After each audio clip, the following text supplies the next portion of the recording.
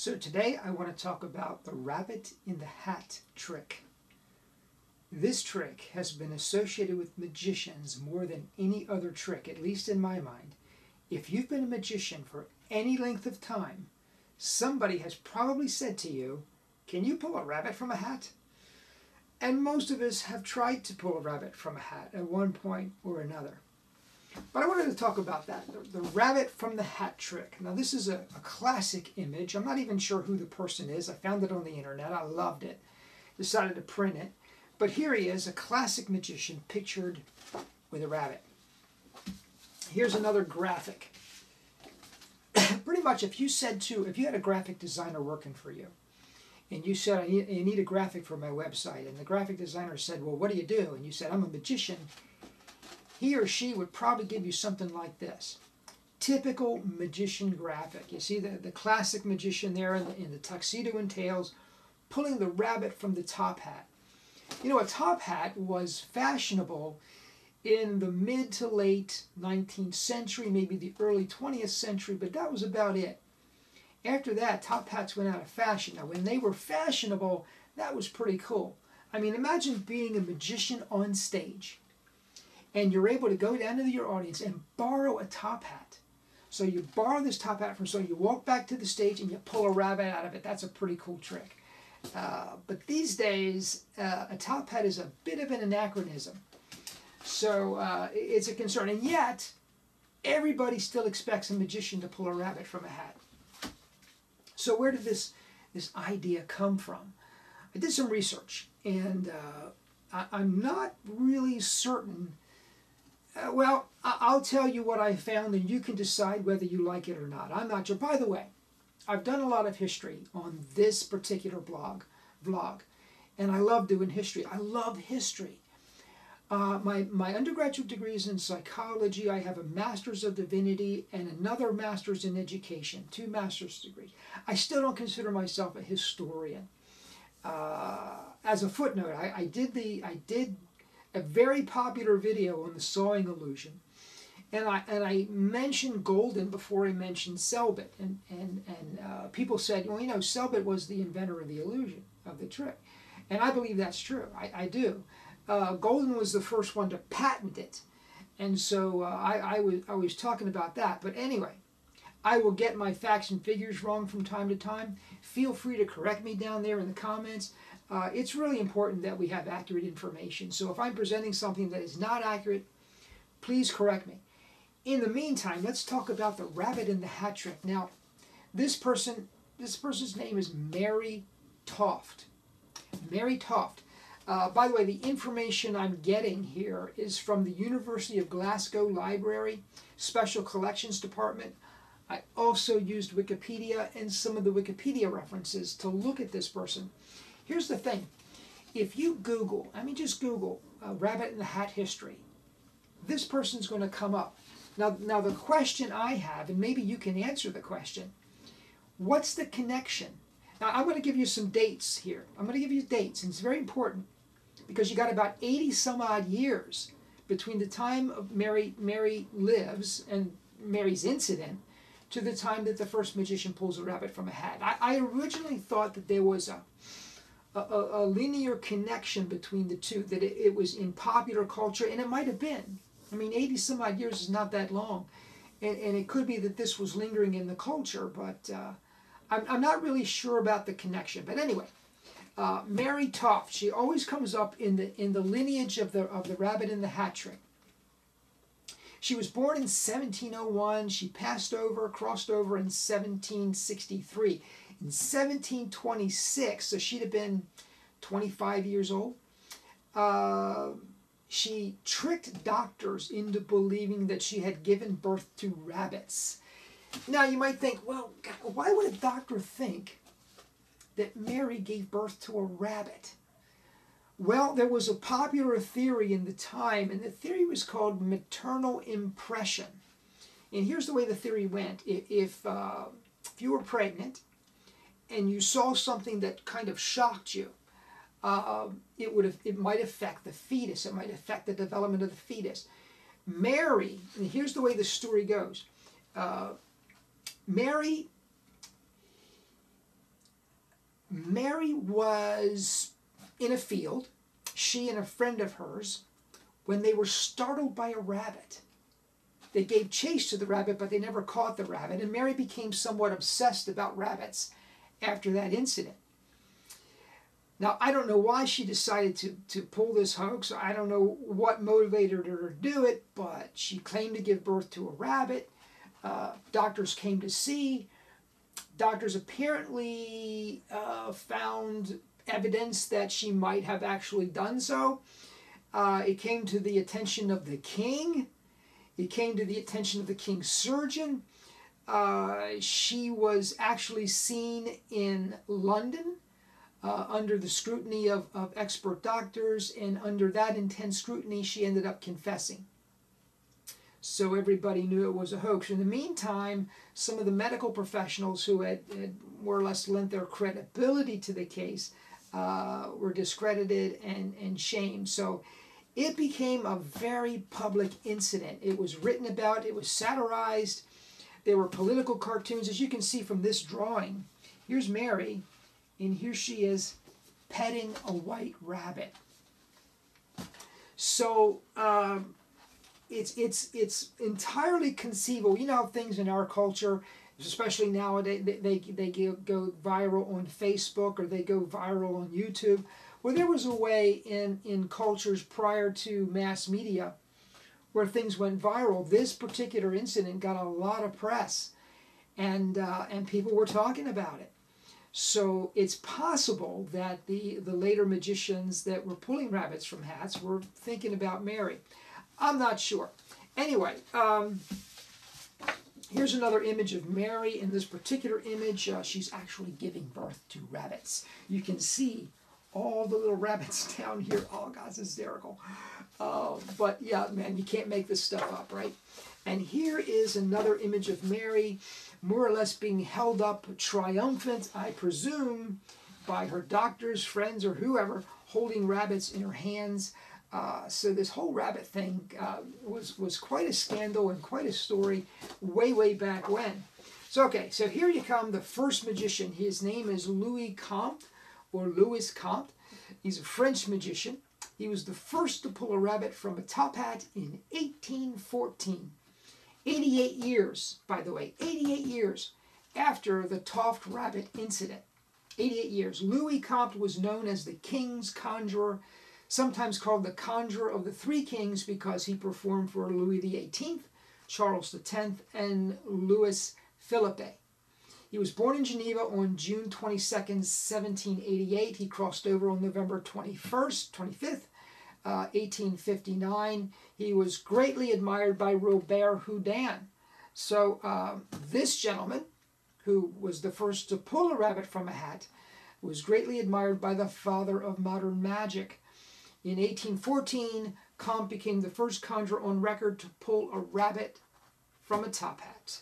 And he owned his own theater. I find it interesting that a lot of the performers in the early to mid 19th century actually did own their own theater. He was one.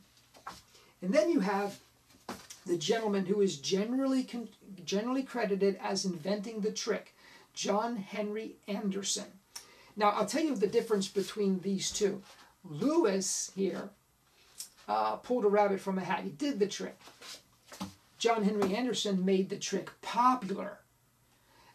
He did it as part of his stage show, as a regular part of his performance. John Henry Anderson, born 1814, crossed over 1874, Scottish magician, credited with helping bring the art of magic from street performances into legitimate theater. He started his career appearing on the stage with a traveling dramatic company in 1830 at 17 years old. He began performing magic, and in 1837, the age of 33, he performed before royalty. In 1840, Anderson settled into London, opening the New Strand Theatre. So here again, another gentleman who owns his own theatre. Rather nice. Sir Walter Scott is said to have given him the stage name, the Great Wizard of the North. So you might know him as the Great Wizard of the North. It is said that his expert showmanship made him one of the earliest magicians to attain a high level of world renown. his showmanship. Note that. Anderson declared, "It is the duty of all magicians to give entertainment." Showmanship. If the effect was not enthusiastically received, Anderson would remove it from his act. He popularized the bullet catch, and he popularized the rabbit from the hat trick. So there you go. Harry Houdini, who was born the same year as Anderson's death, revered Anderson as one of his inspirations, and in 1909 he arranged for the upkeep of his gravesite, which had fallen into disrepair. So there you have it. John Henry Anderson is credited as the real father of the rabbit in the hat trick, and so it would have been sometime around 1840 maybe that he was doing that, and so there you have it. John Henry Anderson. Now, it stayed in popular culture, and the lineage passed down into the Golden Age. Here you have Thurston pulling a rabbit from a hat. Now, I don't have an image of Blackstone here doing it. I've seen images of Blackstone doing it. I wasn't able to find one I could download and print out for you. I've seen them in books. But the Golden Age magicians, especially Thurston and Blackstone, who were two of the leading Golden Age magicians, did what they called Bunny Matinees. The Bunny Matinee was an afternoon show specifically set up for children. And during the Bunny Matinee, they would produce bunnies and give the bunnies to the kids, or to some of the kids anyway. So here's Howard Thurston doing the rabbit in the hat trick in the Golden Age. And so you can see it begins here, John Henry Anderson. By the end of the 19th century, it is embedded in magical culture, and the Golden Age magicians are doing it routinely. That's how it got established. Now here you have an image of Orson Welles. Orson Welles, one of my favorite magicians.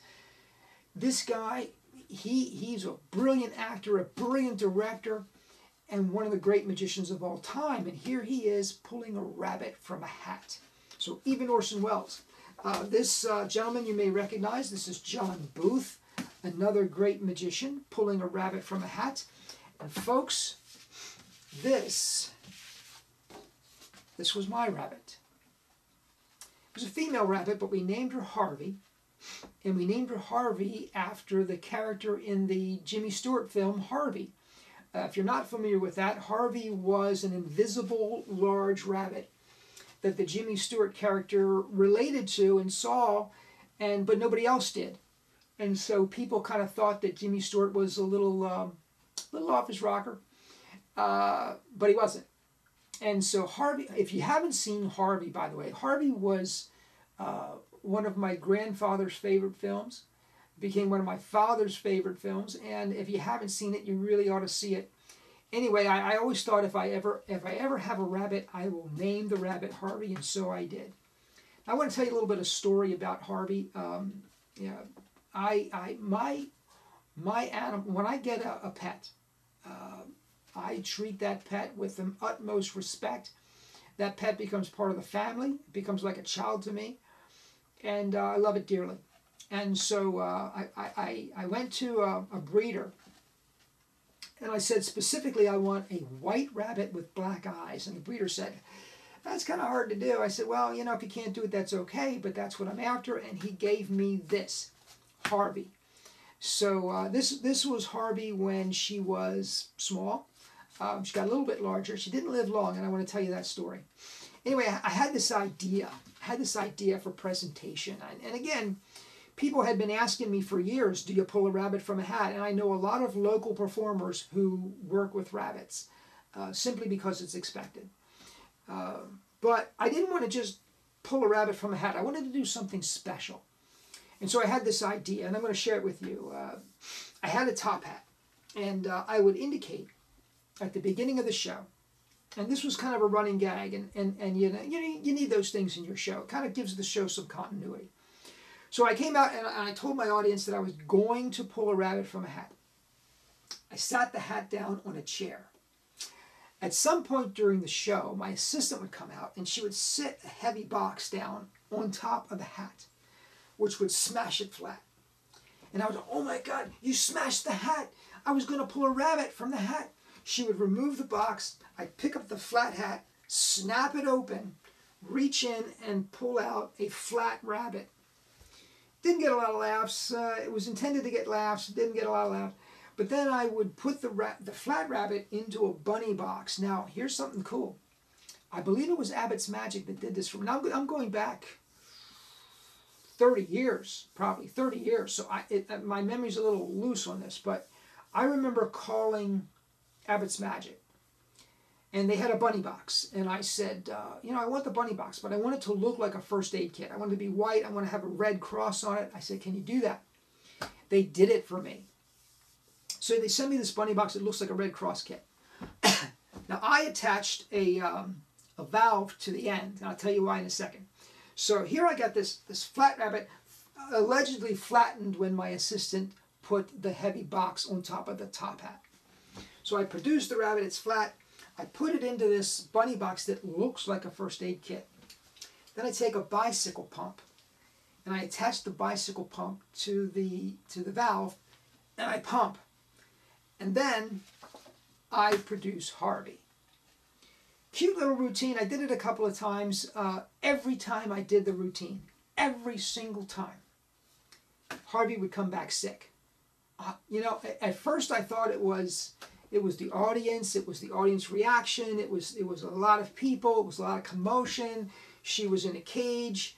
I gave the rabbit, as long as I was home, I let the rabbit run free in the house. And it's a little dicey to do. Rabbits love to eat carpet. And so this bunny would get its teeth on a strand of carpet and push with all fours, and you'd see the whole carpet lift.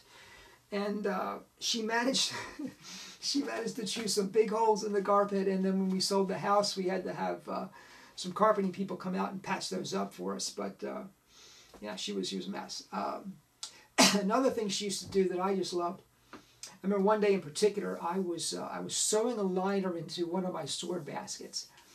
Not every sword basket needs a liner, but if you're under the floodlights, the big stage lights, and the audience can see through the basket, no good. So the answer to that is to sew a liner into the basket. So one sunny Sunday afternoon, I'm in the living room, the sun's pouring in the window, and I'm sewing a liner in my basket, and she is sunbathing. I kid you not, she's laying on her back, basking in the sun. The rabbit had that kind of a personality. She was just adorable, and I wish I had a photograph of that, but she was laying flat on her back, just taking in the sun. It was just amazing. So, so after every performance, here's what would happen. Her eyes would kind of go round. She would lose her equilibrium, and I just thought this was terrible. So I took her to the vet. I remember after one show in particular. Here it is.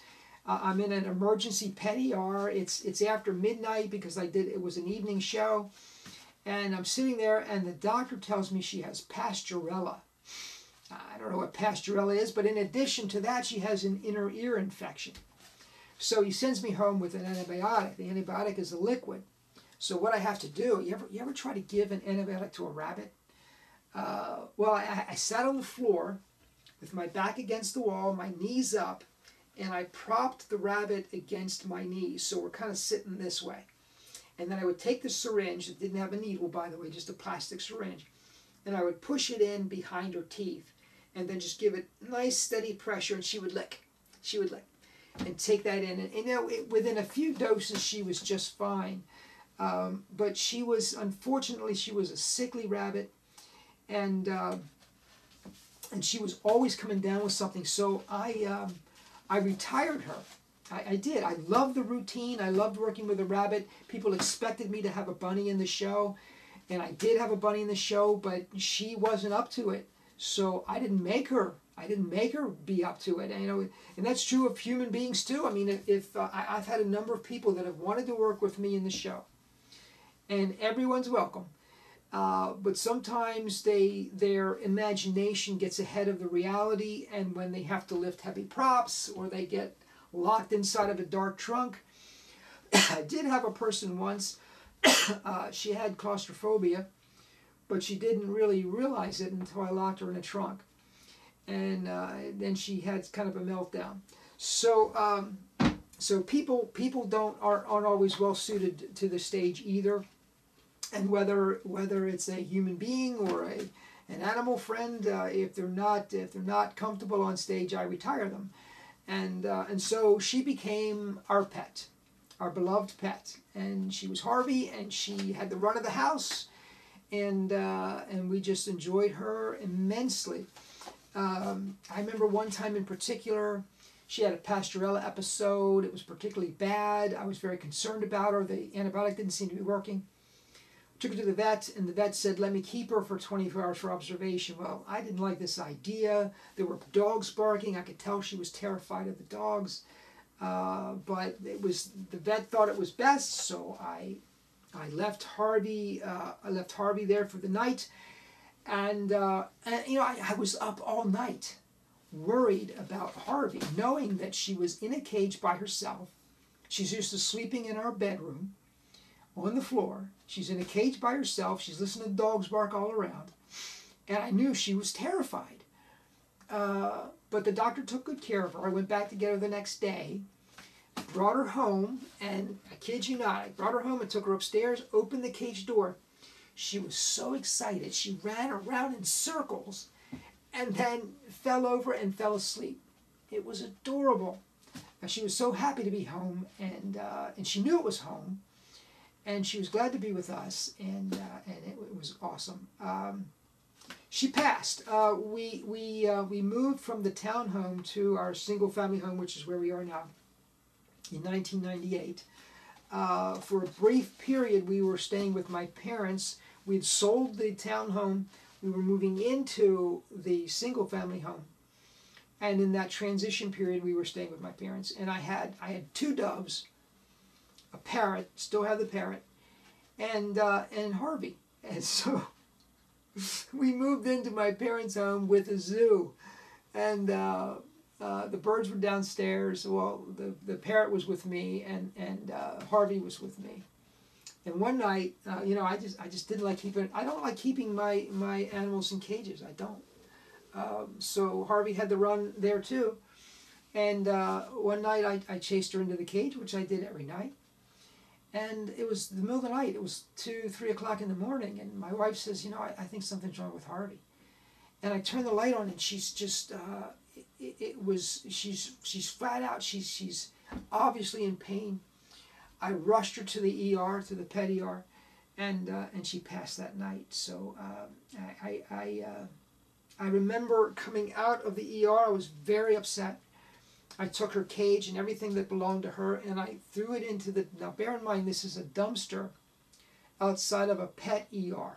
Okay, do I have to tell you what's in the dumpster? So I tossed this thing because I'm distraught. I go home. The next day, I'm thinking, I really wanted something. I really wanted something that belonged to Harvey. So I literally jumped into that dumpster and got hold of her cage and pulled out things that I wanted to save. And they're over here. You can't see them. It's off the camera, but I still have things that belong to Harvey. So that was our bunny, and she was in 2 shows. And she had to be retired because she just couldn't manage the stage, didn't like it. She was fine otherwise, but that was ours. So I never went back to performing with a bunny. Maybe I should. I'm going back. I don't know if I told you, but I'm going back to stage illusion. I noticed that I watch my own videos, and I noticed that I'm talking about stage illusion more than I'm talking about mentalism. Mentalism was fun, you know. I mean, it was a way to continue to perform when I didn't have a partner. I didn't have an assistant in the show. But I've got a couple of prospects. I'm meeting with them in the next couple of weeks, and we hope to start rehearsing in September, and really pull together a nice show. So so stay tuned. I'm going to keep you up to date on that. So here we have Penn and Teller on the Jimmy Fallon show. I put the links below. Take a look at this. It's hysterical. Penn and Teller love to do things based on misdirection, and they did a stellar job here, producing a real rabbit from a top hat. It was just lovely to see that. So take a look. Check out the link below. Here you have my favorite version of the rabbit from the hat trick. This, if you don't recognize him, this is Paul Daniels. If I could be, and you can't, you've got to be yourself. But if I could be or emulate any other performer, any other magician in the world, it would be Paul Daniels. If you have not spent time watching Paul Daniels, right now, put Paul Daniels in the search engine right up there, YouTube, and search away and check it out. I put the links below to this particular routine. It is the single best rabbit from a hat routine I have ever seen. I'm not going to tell you a whole lot about it. You can see it's a little bit of a cat and mouse game with Paul Daniels and the rabbit. He puts his top hat on this kind of long table. It's got this long apron on it. And he goes to put his hand in the top hat, and the top hat moves. And so he misses. He comes over to the other side. He goes to put his hand in, and the top hat moves. So it's clear that the bunny does not want to be produced. And it becomes a bit of a farce between these two. And finally, the apron drops away, and you can see a stuffed rabbit down here moving back and forth as he tries to produce it. It's very, very funny. He puts the apron back on, and as he's putting the apron back on, the rabbit, the stuffed rabbit now, gets in a Jeep and drives off stage. And then he produces a real bunny from the top hat. It's just fantastic. Paul Daniels, another great routine he does is the linking rings. He actually, the version that's floating around on YouTube is the one he did with Min, who was Denny's assistant. They were at FISM, I believe. And he does one of the great linking ring routines of all time. So this guy is brilliant. I love everything he touches. I love everything he does. I love his personality. I love his mannerisms. I just think he's the perfect magician. He blends a very personable personality with comedy with great magic. Can you get any better than that? Paul Daniels is the ultimate as far as I'm concerned. So folks, the rabbit in the hat trick. Are you a magician? If you are, you've probably been asked, can you pull a rabbit from a hat? By the way, there's lots of fun little things available. You get this little top hat, your finger goes in, you can manipulate a rabbit, and I've seen those are great. So there's little things you can do. There's Penn and Teller demonstrate a spring rabbit. So if you don't have a real rabbit, there are things you can do. But I wanted to give you that little history of the rabbit in the hat trick, both historical and my own personal history with the effect as well.